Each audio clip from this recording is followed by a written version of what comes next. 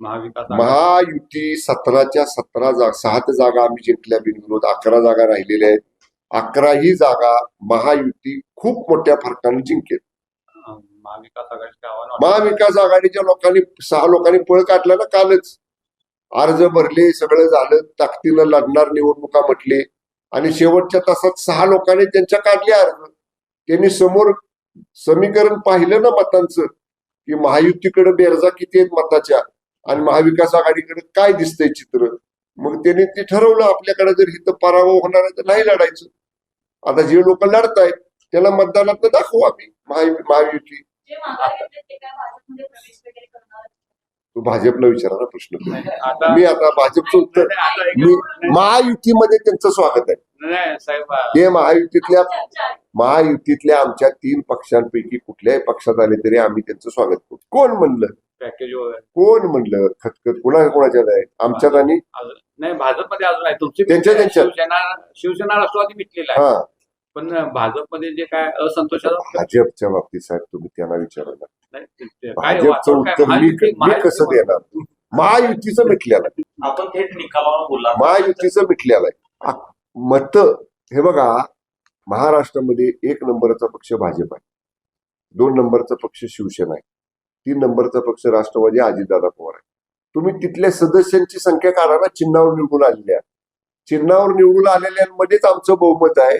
अधिक अनेक ठिकाणी स्थानिक आघाड्या आमच्या बरोबर आहेत. माझ्या त्याच्यामध्ये मी उघड त्याच्या बाबतीतलं म्हणणं मुंबईमध्ये बोललो, माध्यमांसमोर, साताऱ्यामध्येही बोललो.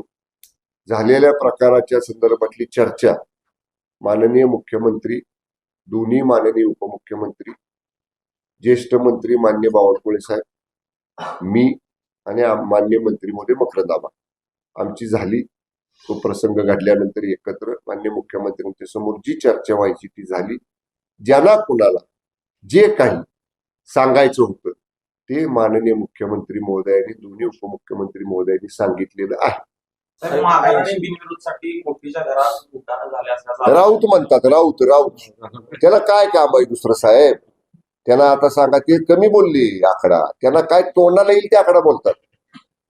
अहो मला सांगा, मी तुम्हाला प्रश्न विचारतो साहेब सगळ्यांना, एक वाक्य राऊत बोललेलं खरं झालेलं मला सांगा फक्त, की राऊत हे बोलले काल आणि आज ते खरं झालं सांगा.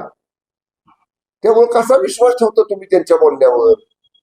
अमक्या हॉटेलमध्ये 150 कोटी दिले, तमक्या हॉटेलमध्ये 500 कोटी दिले, काही म्हणाले ते आकडे बोलायचे.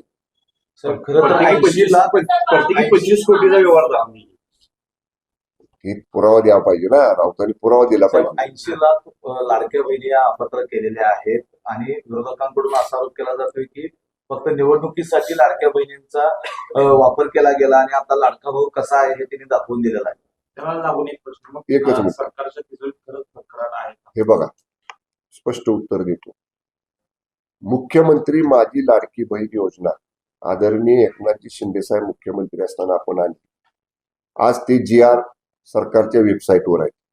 तुम्ही ज्या दिवशी मंत्रिमंडळाने योजना मंजूर केली त्या दिवशीचा GR काढा. त्याच्यामध्ये ज्या अटी शर्ती आहेत त्याच्यात एकही नवीन अट नंतर इलेक्शन नंतर घातलेली नाही. त्या अटी शर्तींमध्ये काय होतं, दुहेरी फायदा घेता येणार नाही. एका योजनेचा लाभ घेत असताना दुसऱ्या योजनेमध्ये तुम्हाला लाडकी म्हणजे ज्या काय अटी शर्ती 10-12 होत्या, त्या ज्या दिवशी आम्ही योजना मंत्रिमंडळाला मंजूर केली त्या दिवशी आहेत त्या तशाच आहेत. एकच गोष्ट झाली, मोठ्या संख्येत महिलांनी गर्दी केली. ऑनलाईन अर्ज भरायला काही ठिकाणी वेबसाईट हँग झाली. मॅन्युअली आपण अर्ज भरून घेतले का, तर महिलांची रीग लागली होती आणि त्या गडबडीमध्ये जी माहिती दिली, जी त्यांनी सादर केली ती भरून घेतली आपण आणि ते फॉर्म अपलोड केले आणि आपण त्याला पहिला हप्ता दुसरा हप्ता वर्ग केला. जेव्हा त्या GR मधल्या किंवा त्या योजनेतल्या अटी शर्ती तपासायला सुरुवात झाली. आता मला सांगा, RCC घरात राहायचं, 4 चाकी गाडी वापरायची आणि लाडकी बहिणीचे 1500 रुपये घेणे योग्य वाटते का? अंगणवाडी सेविका असेल, ग्रामसेविका असेल किंवा सरकारी कर्मचारी असेल, 10-20 हजार रुपये सरकारचा पगार घ्यायचा आणि पुन्हा 1500 रुपये घ्यायचे. म्हणून साठी जे निकषाच्या बाहेर जाऊन त्या योजनेत आले होते पुरुषांनी घेतले साहेब वसुली होणार आहे. लाडक्या मान्य मुख्यमंत्री महोदयांनी सांगितले की बाबा वसूल करणार नाही म्हणून. मुख्यमंत्री ऐका साहेब, माननीय मुख्यमंत्री महोदयांनी सरकारचे प्रमुख म्हणून ती भूमिका घेतलेली आहे की बाबा नाही करणार. पण याचा अर्थ सरकारच्या चांगुलपणाच्या योजनेचा अनेक लोकांनी गैरफायदा घेतला. मग लक्षात आल्यानंतर तो चालू ठेवायचा का तसाच? लक्षात आल्यानंतर त्याला पायबंद घातला पाहिजे ना. लक्षात आल्यानंतर ते थांबलं पाहिजे कुठंतरी. त्या ज्या राहिल्या असतील बिचाऱ्या लाडक्या बहिणी खऱ्या पात्र आहेत त्या ह्या 80 लाखामध्ये बसू शकतील ना परत. म्हणून साठी सरकारने कुठेही निवडणुकीनंतर नवीन अटी लावल्या नाहीत, नवीन अटी घातल्या नाहीत. सरकार एकदम लोकांच्या प्रती एकदम संवेदनशील आहे.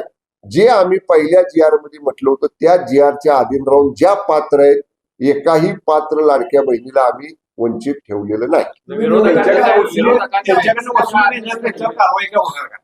या बाबतीत माननीय मुख्यमंत्र्यांनी भूमिका स्पष्ट केलेली आहे. जे माननीय मुख्यमंत्र्यांचं मत आहे तेच आमचं मत आहे. आतापर्यंत एवढ्या मोठ्या संख्येनं कर्जमाफी मिळाली होती का? कर्जमाफी देऊनच्या देऊन नेहमीप्रमाणे नियमित कर्जफेड करणाऱ्या शेतकऱ्याला सानुग्रह अनुदान सुद्धा 50,000 रुपये देण्याचा निर्णय आपण त्यावेळी घेतला. आता एक गोष्ट आहे, आम्हाला माध्यमांसमोर बोलता येत नाही का? तर विधान परिषदेची राज्यामध्ये आचारसंहिता सुरू असल्यामुळे निवडणूक आयोगाने सांगितले निर्णय घ्या पण प्रसिद्धी देऊ नका. म्हणून साठी ती प्रसिद्धी थांबलेली आहे. जेव्हा या सगळ्या GR प्रमाणे सगळ्या गोष्टी समोर येतील, क्रिस्टल क्लिअर सरकार आहे. सरकार कुठली गोष्ट दडवत नाही. ज्या सुलभता आणायच्या त्या सगळ्या सुलभता कर्जमाफीमध्ये सुद्धा आपण ठेवलेल्या आहेत. साहेब, सर्वे केला म्हणजे सक्तीनं काय ऍक्विजिशन झालं असं नाही. सर्वे करताना सुद्धा आपण पर्याय 1 हा सर्वे, पर्याय 2 हा सर्वे, पर्याय 3 तो सर्वे, असे पर्याय आपण सर्वे करताना यंत्रणांना सांगत असतो की याला विरोध झाला तर त्याला पर्याय दुसरा कुठला, पर्याय 2 ला विरोध झाला तर पर्याय 3 सुलभ कुठला आहे, कमी लोकांना अडचण होईल, कमी लोकांना गैरसोय होईल असा कुठला आहे. सर्वे होऊ द्यावा. सर्वेचं शेवटी अंतिम आल्यानंतर जिल्ह्यातल्या लोकप्रतिनिधींना ती दाखवणार आहेत. जिल्ह्यातले लोकप्रतिनिधी पाहतील आणि शेवटी लोकप्रतिनिधी लोकांच्या बाजूनच भूमिका घेणार ना. फक्त सर्वे होऊन एकदा ऑप्शन 1, ऑप्शन 2, ऑप्शन 3 समोर आलं पाहिजे की जे बघून यंत्रणांना सुद्धा किंवा लोकप्रतिनिधींना सुद्धा निर्णय घ्यायला सोपं पडेल. शेवटचा प्रश्न,